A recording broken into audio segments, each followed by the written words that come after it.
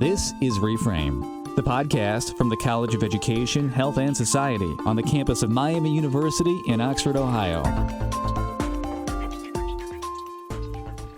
A disability can affect entire families in ways that are not yet well understood. While much has been done to understand how people as individuals are impacted, some researchers are now starting to look at how a single diagnosis or a disability can spread outward to impact the lives of everyone in a family. So in this episode, we learn more about this family dynamic from the perspective of those who have children with autism, how it can affect their overall family quality of life, and why a greater sense of awareness and understanding can help ease the burden that many of these families face. For most families, leaving the house and spending time together is an important part of life. Parents and children often enjoy dining out, seeing a movie, taking a vacation, going to church, or any number of events that can create a shared sense of community. But what if some families feel as if these kinds of activities are closed off to them? What happens if you can't do certain things together? For Tracy Settleberry, Miami University Visiting Assistant Professor of Family Science and Social Work, these questions have profound implications because they describe a daily reality for many families who have children with autism. What you do with your family becomes a big part of your stories. It's what you tell. It's what you talk about. So I think that's why it's really important to look at this, because these families a lot of them are just surviving by themselves. They don't know how to get out into the community. They don't know whether they'll be accepted by the community. During a study designed to measure family quality of life, Settleberry found that families of children with autism are far less able or willing to enjoy public places together. While they were able to enjoy many at-home leisure activities, this did not offset the frustration, isolation, and dissatisfaction they experienced by feeling disconnected from the outside world. And according to family quality of life research, those who feel more satisfaction do tend to have better physical and mental health and stronger relationships. And for most families, those with typically developing children, leisure and social interaction are also closely linked to lower stress. However, when the family dynamic includes an autism diagnosis, many common leisure activities can actually have the opposite effect. In these cases, social interaction and leisure become stress.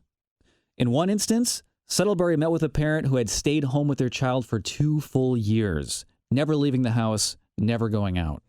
She was just terrified. She was like, I don't know what's not only what are people gonna think, but I don't know what he's gonna do. Is he gonna run away from me? And then as kids get older, it gets even harder. So I was looking at kids between 2 and 7, but then think about a full-grown 17-year-old who you want to take out with you, and you don't know if that person's going to run or like have an outburst, and all of a sudden you don't have control anymore. So many parents do worry about the negative perceptions, especially if a teenager does something normally considered highly inappropriate for their age. Plus, there's also a number of other stigmas and misconceptions that still remain. Although it is no longer the case, autism was once classified as childhood schizophrenia, and the once posited refrigerator mother theory, which claimed that uncaring maternal indifference caused autism, has been completely discarded throughout the medical community. But members of the general public aren't always as equally enlightened, and new misconceptions continue to arise. As recently as 1998, for example, the infamous Wakefield study erroneously linked autism with vaccines, and since then, it's also been debunked. But people are still reeling from it. I talk about this when I ever have to go over research methods. It's like, even something that's totally false, once it's out there, if it's groundbreaking and totally different, it's so hard to erase it. The families of children with autism already face numerous social and emotional challenges, but Settleberry believes that leisure should not also have to be among them. Her research highlights a need for more accurate information and awareness to spread out across society, and it could be a building block, a starting point for future interventions throughout communities everywhere. Like, how do we make the community a more available space for families of kids with special needs, so they don't have to feel like they're not welcome, so they don't have to feel bad when they go out? In some places, this work is already happening. In Columbus, Ohio, for example, a local restaurant chain has a system to accommodate children with autism at the parents' request. Similarly, the COSI Science Center also hosts a sensory night, as do select family entertainment centers around the region.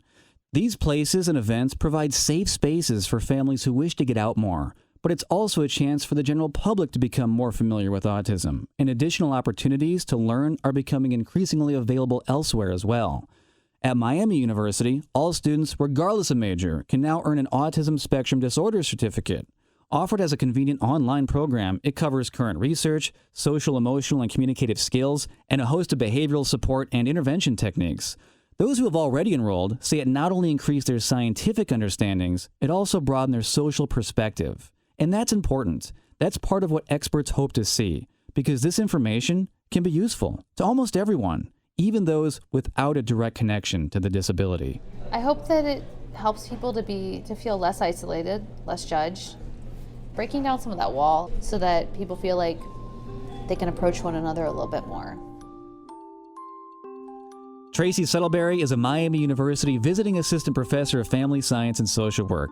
And if you'd like more information about the Autism Spectrum Disorder Certificate, or if you have any questions, you can always email us at reframe@miamioh.edu.